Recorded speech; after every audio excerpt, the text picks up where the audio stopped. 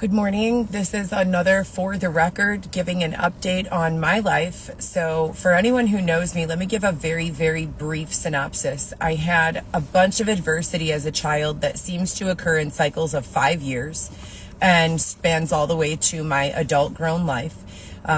Very few people, living situations, or situations in general have been permitted to last for me for longer than 5 years, which is weird. Additionally, I have 4 children. When all of this began in 2015, I was living a relatively normal life. I was working as the administrator of endocrinology and rheumatology at Northwestern Hospital, Chicago's downtown campus. I was responsible for things like uploading electronic medical record transitionings, so the entire paper chart, turning it into a technological advancement, right, for the medical field. So we went from operating from pen and paper to everything being streamlined with pharmaceuticals, healthcare, insurance, blah, blah, blah. So everything, identities, everything became very transparent and accessible. With that being said, I left my job at Northwestern to take an office manager job, and for many other reasons. I had a lot of adversity ongoing in my previous marriage to my 12-year-old daughter's father, Orlando. We were not able to get along anymore, and he was my second long-term relationship. The first long-term relationship I had was with my older children's father, Lewis. That's Vivi and Lewis's father, who are 19 and 18 now. And we had the same thing. We were together for 5 years until we could no longer stand to be in the same room with each other without arguing all the time and not getting along. And then we separated. My children stayed with me. They lived with me full time, 5 out of 7 days a week, their entire lives. My ex-husband's father and mother would pick the kids up in the morning, drive them to school, watch them for about an hour after school while I commuted home from Northwestern, and then drop them back off. When I took the job as an office manager for an ophthalmology clinic, I worked there doing everything: billing, coding, sales, purchasing, etc., and so forth. There was some adversity there. I hired and fired several people, and things took place, that I really can't, looking back, really can't identify as being pivotal or crucial or, of any sort of big overwhelming impact today from what I know and from what I see. So that's why I don't mention it that often. In 2015, after I left my job at Northwestern, where I was for 6 years, I began working at that eye doctor as an office manager, at which point in time, I also got a second job working bottle service. In my bottle service and bartending job, I was exposed to people who struck the interest of someone named Detective David Shepard, working for the Illinois State Department. When David Shepard found out that I was around these people working bottle service in a bottle service capacity, it is my suspicion that he, along with other children, let's call them what they are at the time, who were working as informants on his behalf, began to entrap me and ensnarl me in a web of terrible garbages and extortion. I was told that if I did not comply with their demands and quote unquote play ball, that I would be detained or my children would be taken by the DCFS. I have 0 criminal record, and at that time, no knowledge of any sort of ongoing crimes being committed. I was told that I was being tasked with following a group of people called the Lurkers.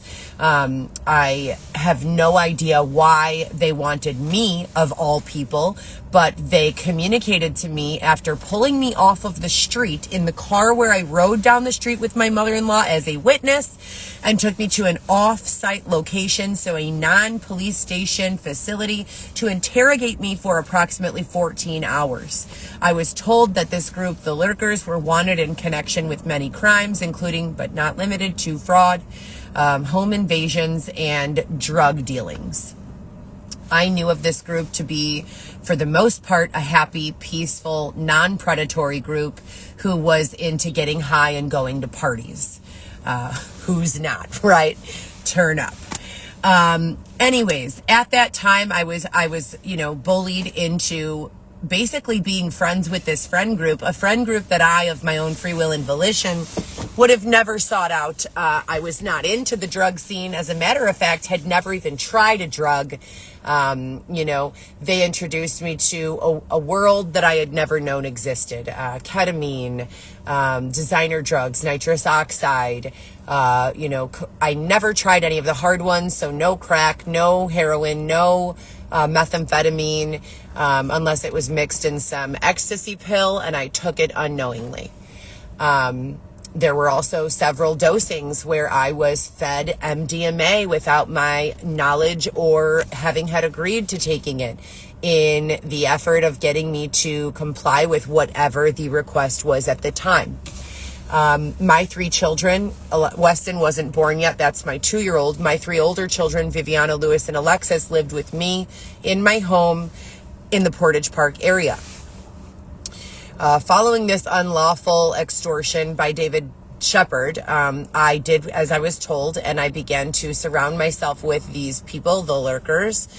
Intermittently, I would choose to go out to bars and nightclubs, and I would call them, or they would call me and invite me, or I would invite them, and I would text the detective that no one was doing anything, and that there was nothing that I personally was observing as having had taken place.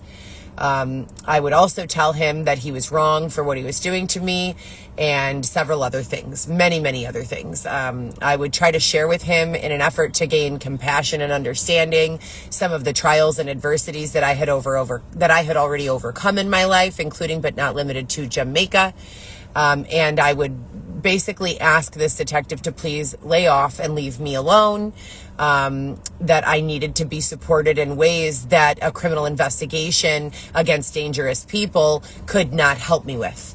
I was not allowed to ever recover from the trauma they inflicted previously before they began inflicting a new trauma.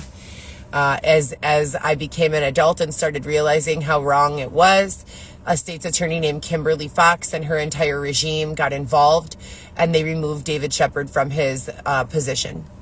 David Shepard allegedly was not covering up fraud, but was actually exposing fraud and participating in fraud, and other issues. Not just me, him extorting me and sexually harassing me, but other issues. And we went in front of an internal affairs board of approximately, 15 to 20 other officers and administrative personnel as they questioned me and asked me things on a panel about Detective David Shepard. That was in 2016 through 2017. During that time, I was pushed into the arms of Dylan Smith, inmate number Y12173 in the IDOC. He served time in Vienna as well as Stateville, and I was with him the entire time. He promised me that was his only time ever being incarcerated. We met at a party approximately 1 month before he went to prison. He was arrested in July with a man named Neil Desai and Karen, I believe her last name is Rodriguez. She goes by the name of Tiny. And they were arrested, and Jordan Lott, for many different things. It may have been that no criminal charges were pressed against Jordan or Neil, but the original case against Dylan was allegedly for him breaking and entering into a location to steal his own belongings back out of the home that Neil and Jordan were hiding in, and that he zip-tied them with zip ties to prevent them from stopping him take his belongings back. I was there at his court date and sentencing. Wayne Jakowski was the state's attorney involved at that time. I was contacted by Wayne, among other state's attorneys and representatives, and offered insight into Dylan's proffer and deal agreement, and asked to please contact his lawyer and mother, Paula McKinney, and his lawyer at the time was Sam Worley, along with a secret second lawyer whose name I will not disclose. After all of this began, please stay in the car. Xavier, but I would like you to be in the car. Please. So selectively, they remove Xavier because his eyes and ears are conduits and outlets for other people, places, and things. And as we all know, vents travel. So at the end of the day, I was there when Dylan was offered this proffer that he signed in Skokie, Illinois.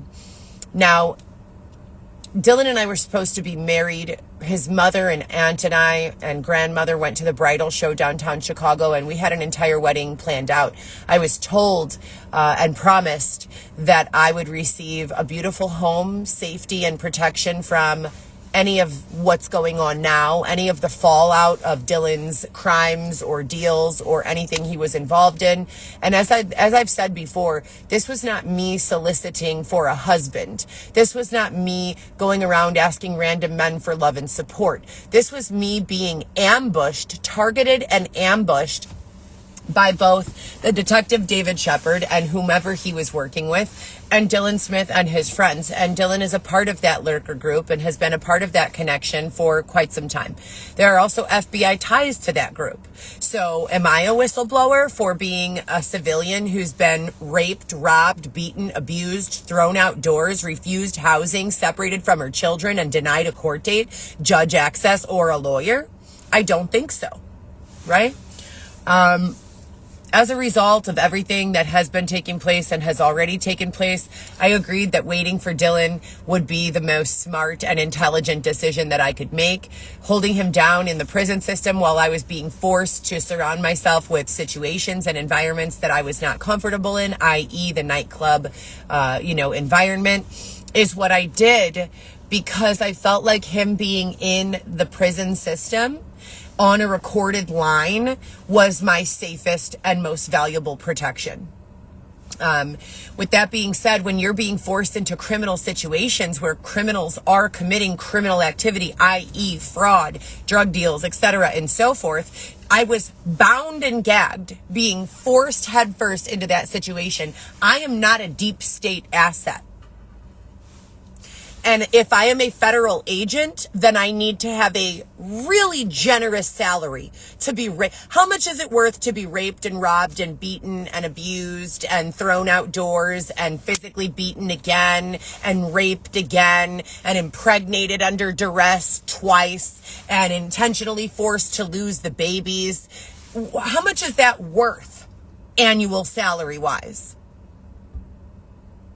I don't have makeup on because I was supposed to be in the gym, but I was told 2 days ago that my court date for eviction for complaining about my home being broken into was changed from March 26th to today's date. So I've been sitting in a parking lot for an hour and a half on a Zoom with a court date just to be able to go in front of the judge and have the judge not even acknowledge my presence in the court date. Hear me, not even acknowledge my presence in the court date. I raised my hand. I was there on video. I was there on the phone. I said, yes, I'm here, Judge. I asked for a chance to speak, and they just moved on. And the next court date isn't until May 6th. Do I still show up to that court date that's scheduled for the 26th next Friday? Possibly I should, right? It might be in my best interest. They always love to see me, hear me, feel me, not ready. They never anymore have been investing time and energy into my appearance, my education, my goals. There's a vision board with a line by line of everything that needs to be accomplished, including lawsuits against Endeavor Hospital, lawsuits against CBH, lawsuits against Advocate Hospital, where I was held against my will by a woman who laughed and joked about me with law enforcement through a huge window. I was in like a cube, like a window cube, until they injected me, sedated me for God knows how many hours, and I woke up in a lockdown, secured mental health facility where I was held for 7 days, evaluated for mental health diagnoses, and released with no diagnosis other than relationship stress. Dylan cheated on me with any and everyone that he could from both genders, all races, all sexes, all cultures, all belief systems, all backgrounds. It was impossible for me to find any sort of middle ground with any of these people.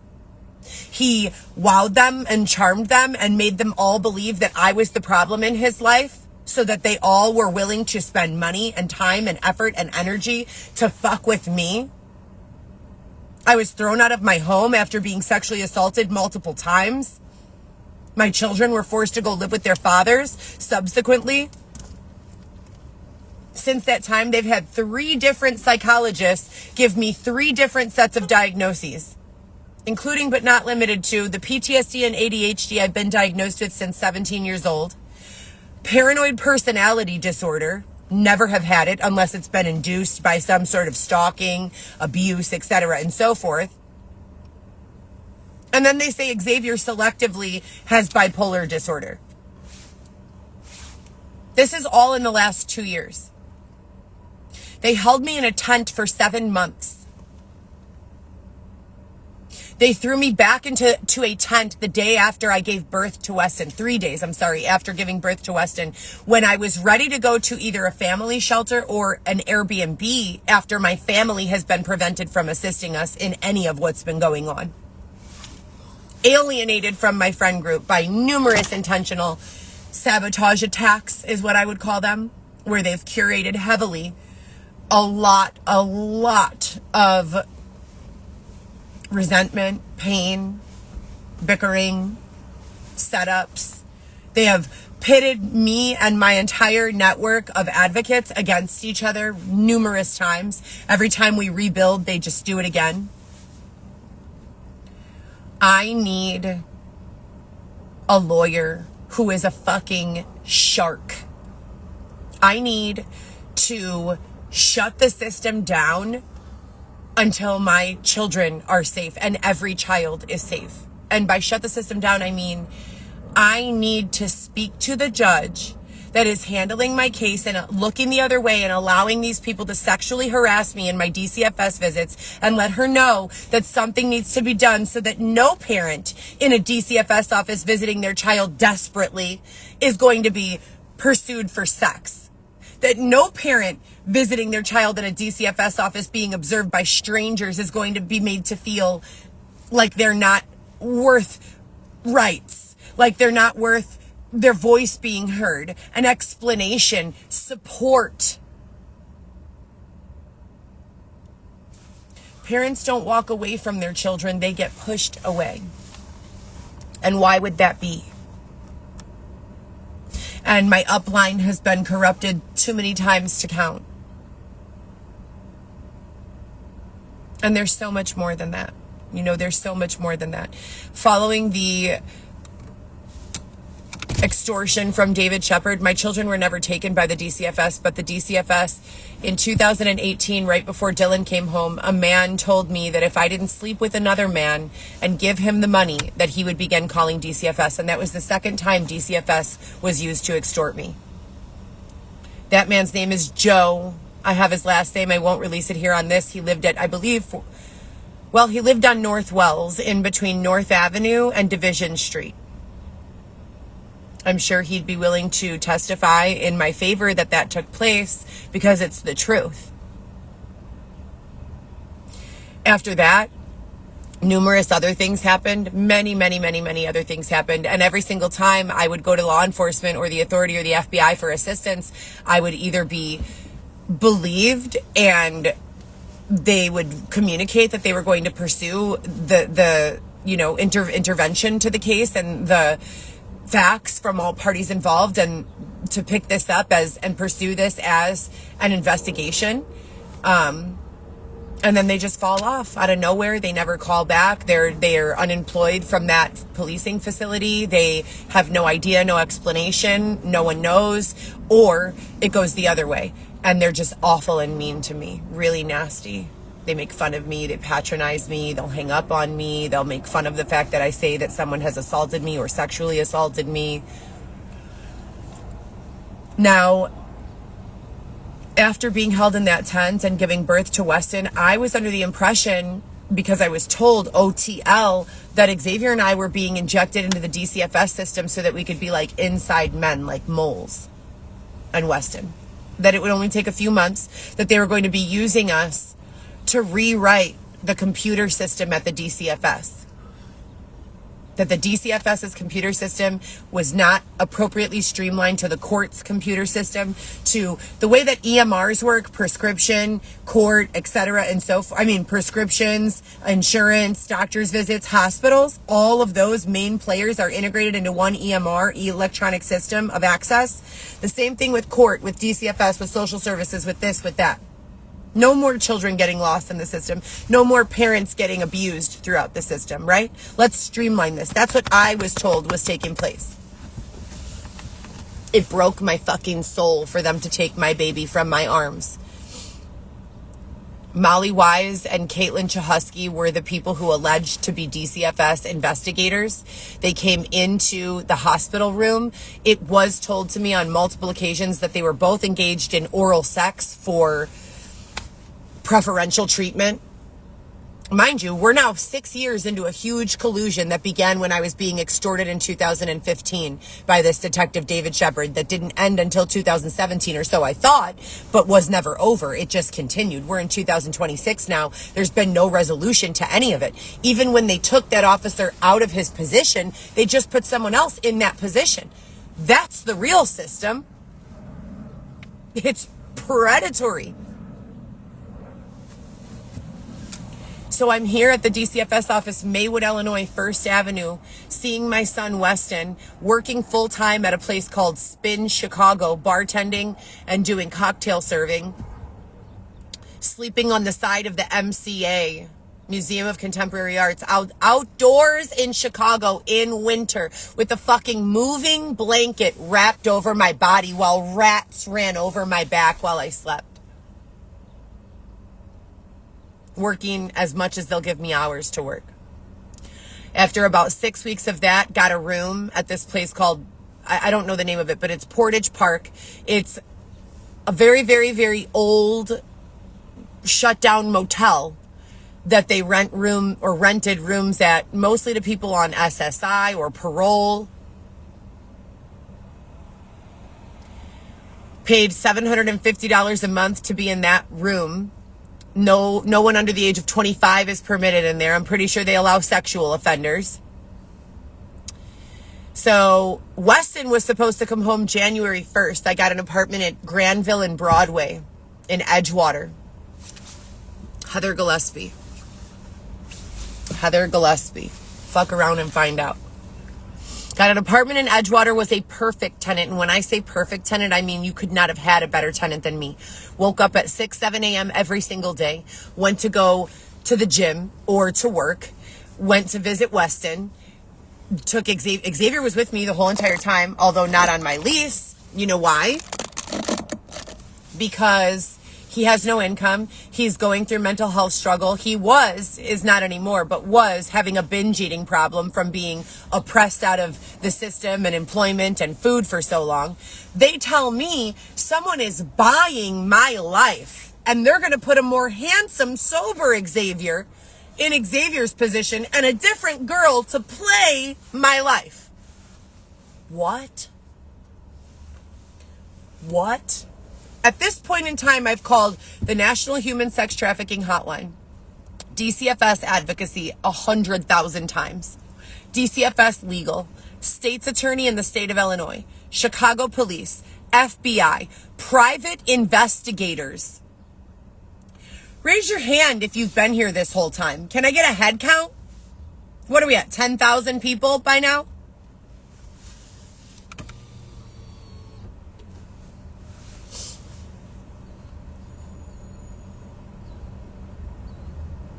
Lived in my apartment on a 2-year lease set to expire May 2027. We're currently in March of 2026. And I just attended what seems to be a pre-recorded virtual event that was advertised as my eviction court date information, where I was told I'm being evicted for having unknown occupants trespassing in my unit after I went to the courthouse and after I went to the landlord and filed numerous complaints about people breaking into my house, taking shits in my toilet, literal poops in my toilet, not flushing, stealing pillow, utensils, silverware. Same thing, ironically, as the setup from 2015 when Marissa Buckle, Scully, who is Dominican Scully on Instagram. I know his real name, but won't release it on Instagram. He and Arnett Flowers also won't release their real names on Instagram. They were all involved in that. My vacuum cleaner, my utensils, my forks, my knives. They set me up to make it appear as though I did something wrong. I was being held, detained for a 48-hour period from a Friday to a Monday until I could go in front of a judge, and robbed my entire house in Portage Park.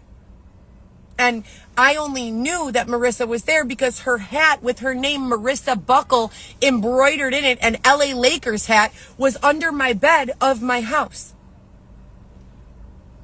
So I came home after being detained for 48 hours on a case that was not real, was not valid, and my house had been robbed.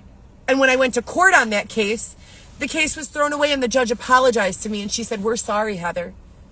We were under the wrong impression. You're free to go." I got in the car with my mother-in-law to drive back home, and that's when a caravan of detectives and SUVs in limo-tinted sedans and SUVs pulled behind me, pulled me out of the car, and took me to a black hole site for approximately 14 hours for interrogation, or maybe it was a debriefing. My life has never been the same.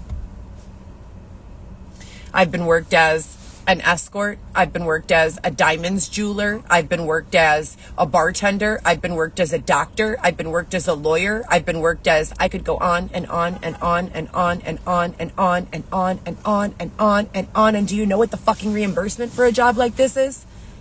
Just enough to fucking live.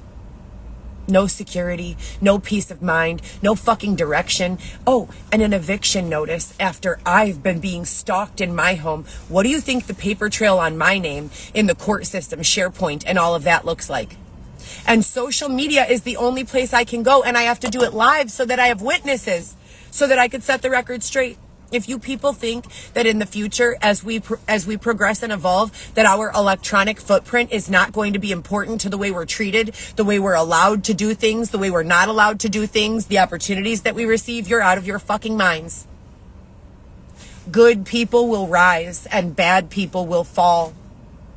Truth will be exposed. Those are promises. Do the right things. I don't know what's going on in this eviction now. Allegedly, they're saying that they agreed to an agreement in the resolution program that they would withdraw their petition for eviction. The entire case would be sealed if I agree to move out by May 1st. And again, I'd like to reiterate that I am the perfect tenant. My house stays clean. I don't bother anyone. I've played loud music in my apartment in 1 year, maybe 3 times total for less than an hour each time. During an appropriate time. I keep everything clean. I paid my rent. Until they returned my rent, I paid them my rent every month. Every single month without exception. I need to find a new apartment. I don't know how to go about finding a new apartment or speaking with landlords when I have all of this going on. I don't know when and where I'm safe. I don't know when and where Xavier's safe. I don't know what's going on with Viviana, my oldest daughter, who has not been returning my phone calls for 9 weeks. Although 6 weeks ago I went to her school, University of Mario Cicosi, and I got a facial. And when we were hugging goodbye, she was crying a little, and I couldn't understand why, and then she just stopped answering the phone after that. They moved her from the apartment I know her to live in to an apartment in the west suburbs. I don't even know where. They've made countless threats to me that an Indian man who used to be a I don't know what he does now, but he used to be a pharmaceutical engineer in California. He was a prospective client, and I won't continue to share details. He has some bone to pick with me, some grudge with me over the fact that I took issue to the fact that he had wife and kids at home that he candidly spoke about in my company, but wanted me to engage in various sexual encounters with him. This was in 2018. There are lots of threats being made to me that man has invested in harming my children. That's why they took her to this Indian village. and many other things. You don't even know the number of narratives and bullying and just it's beyond my level of comprehension. If you think of me as a sponge, I have been at maximum for what I can hold in that sponge for about 10 years.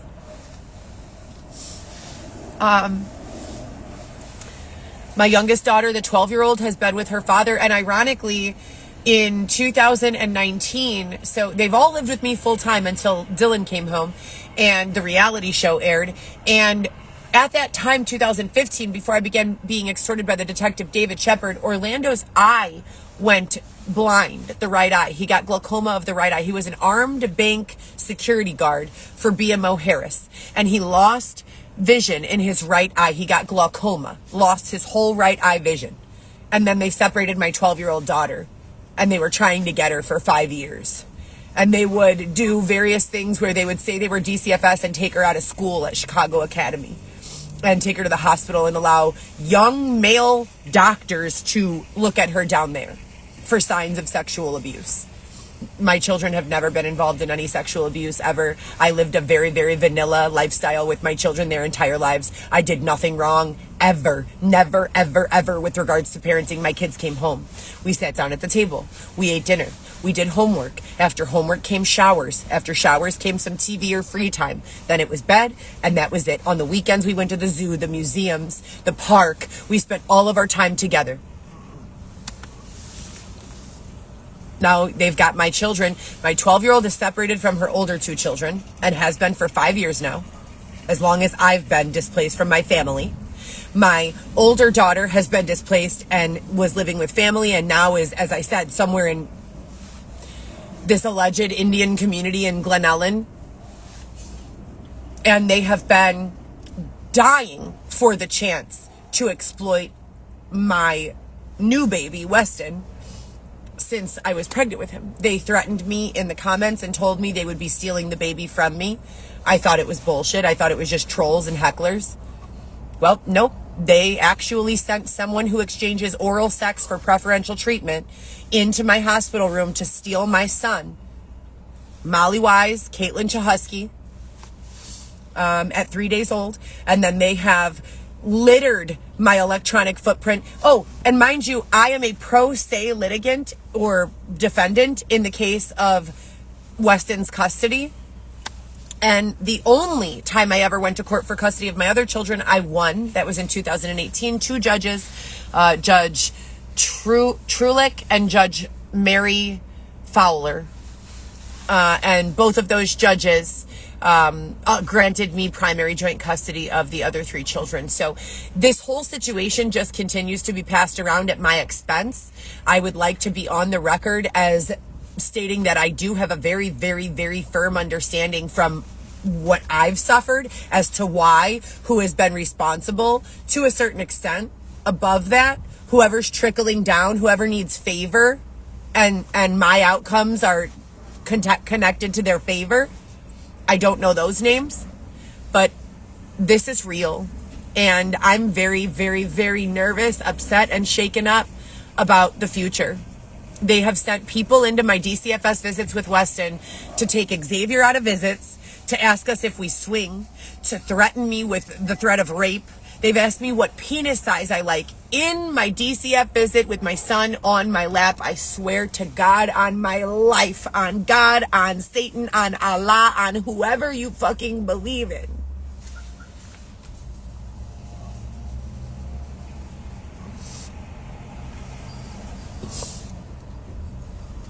They offered me no understanding. Then I went into the courthouse after they started fucking with us at visits, attempting to see the judge. We don't have another court date until June for this case. And the DCFS recommended a return home date of July. This will be the third return home date they've given me to Weston. And now I'm displaced from my apartment on May 1st, and I need to find another apartment ASAP because I have to have a stable house with a lease agreement to bring Weston home.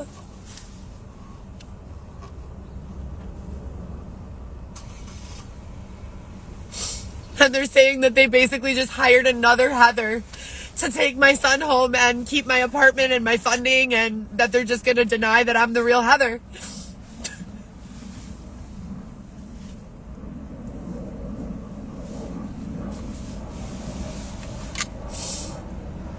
I try to move on other projects like the podcast, my photo shoots. I've been doing photo shoots for a long time, about 15 years. I've been working as a promotional model, spokesmodel.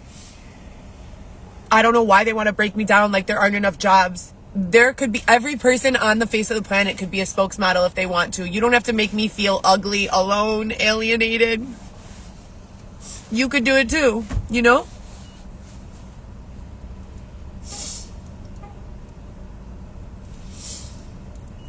I've been building my body.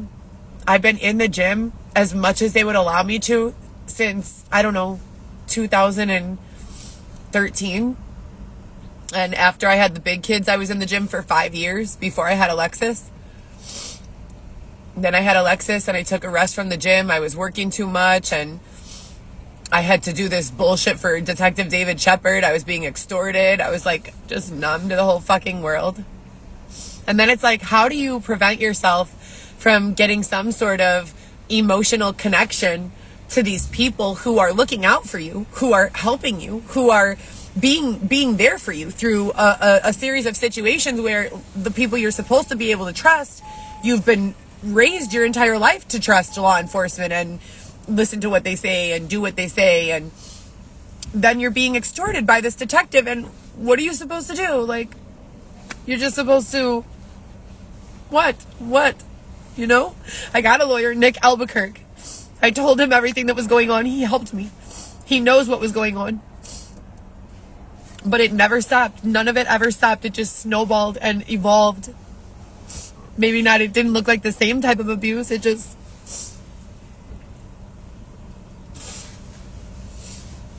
I don't want to be the star of a horror film.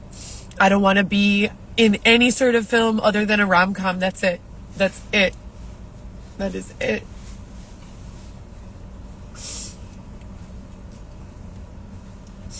So, my son Lewis just turned 18. He had to be separated from his sisters. Thank God I have my ex-husband, Lewis's family, who has done everything for us because my mom hasn't been able to. I don't even know if she's still in there, you know, in that vessel.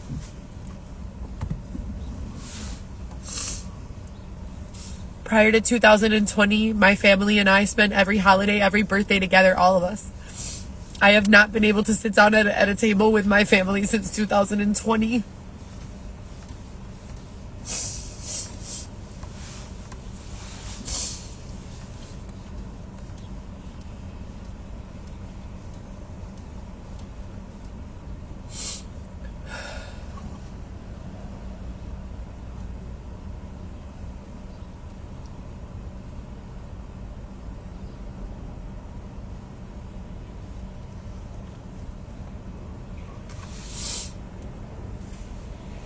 When I look at Weston, when I look at my kids, I just think like, how in the fuck, you know?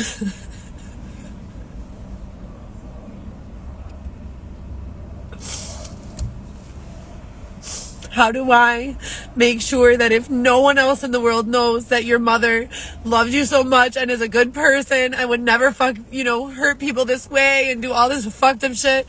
How do I make sure that you will always know, no matter what, no matter where they take you, no matter where you go, no matter where you wander, no matter what you end up doing?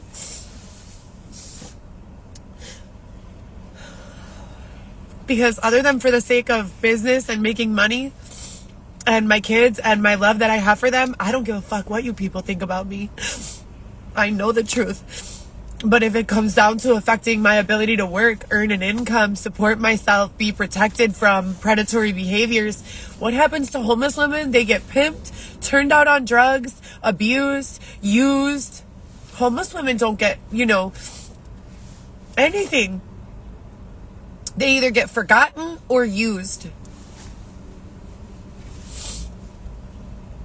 Why should anyone's 90% of their awake time be spent preoccupied about where they're going to sleep at night? Or why should even 1% of any human being's mental space be spent wondering where will they sleep that night? That shit is fucking ridiculous. That's a problem of the Stone Age, bro.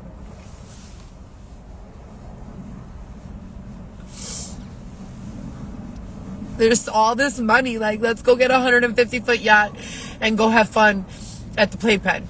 Let's go on a vacation. There's all this fucking potential to do things that are amazing, but we just keep on fucking around and doing this to Heather. Like, I don't understand it.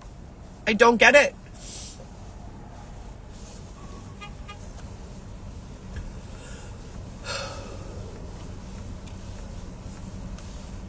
I don't like being dirty. It fucks with me so bad. You don't understand. For the last several months, they have been doing these passive aggressive things. They make it look on some days like they've taken the vacuum cleaner and everything that they've vacuumed up, like they pour it on my car. Like, literally. They fucking make me go crazy. They edge me. They make me feel like in extreme pain. If you know, you know. If you don't know, you don't know. If you know, but you know. Like, you know if you know, you know? And I don't get paid enough for this. Like, I just don't. I need to clear a lot more. You know? $54,000, not including the cost of operating, which is gas, car insurance, and vehicle. I'm a transportation driver. I'm paying like $2,500 a month on operating costs, but I'm making $54,000 annual. I have 4 kids and an Xavier who's incapable of making any money because of his mental health.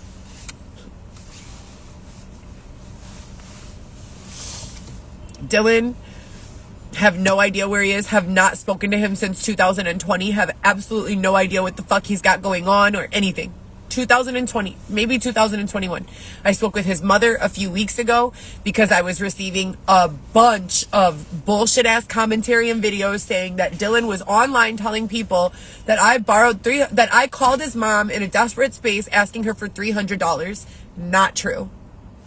I have not asked Dylan's mother for money ever in my life since him and I broke up. And when I asked her for money while we were together, it was so that I could get an apartment for his parole address, because I had a 5-bedroom house that had been broken into and everything I had saved in the butler's chest was stolen. The window was broken in the basement. There was no money. There was a lot of money. It was a 5-bedroom house filled with a whole bunch of belongings, purses, clothing. Everything that I lost when Marissa, Arnett, and Scully robbed me, I rebuilt. All of it. Guys would take me on dates and I would put the little, gifts that they would give me, little bags, little perfumes, little things, little boxes, into Tupperwares. I would put those Tupperwares into the basement. All of that was wiped out. Everything that was in the basement was wiped out. Huge Rubbermaid bins filled with toys for my kids that they had bought me, game controllers, consoles, video game, all sorts of shit. All sorts of shit. It was all wiped out. All of it. I didn't extort anyone for those things. I didn't bullshit anyone for those things. I kept it real with every single person.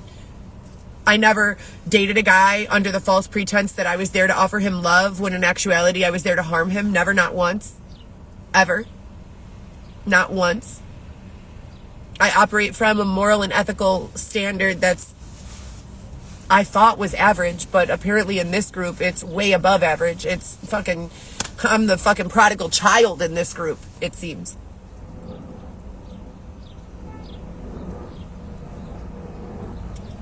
They tell me that they're going to sell my mouth, that they're going to allow men to have sex with my face, that they're going to allow men to rape me. They tell me that they're doing the same to my children. They tell me that we are actually dolls being externally controlled. The list goes on and on and on and on and on. And I'm talking about real severe bullying and harassment. And this is what they were doing in 2019 and 20. Also, they bludgeoned me, had 3 women jump me and stab me with screwdrivers and multiple other things.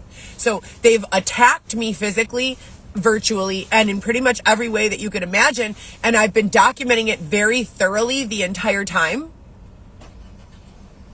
And we're here We should be humiliated that in 2026, I'm still complaining about the same fucking unheard of predatory engagements and attacks as I was in 2019. And it's not because I haven't put forth my effort.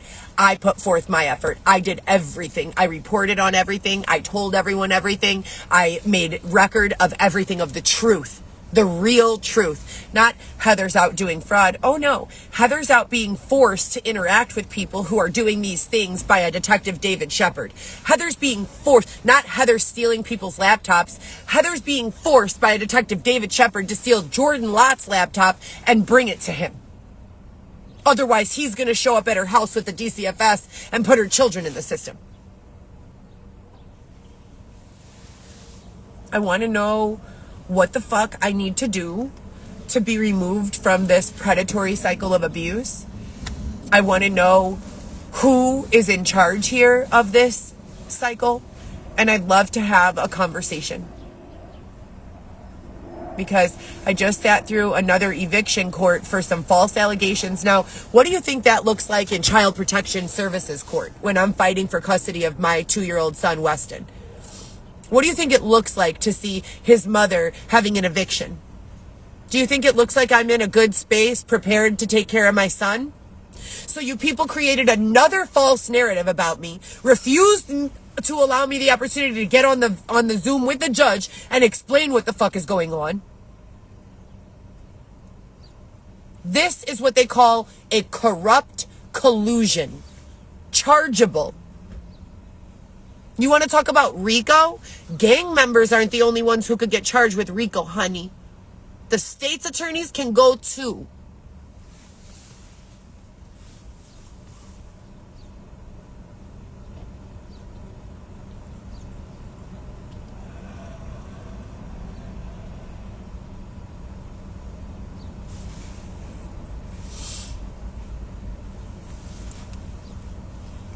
I need money, man. I need money immediately.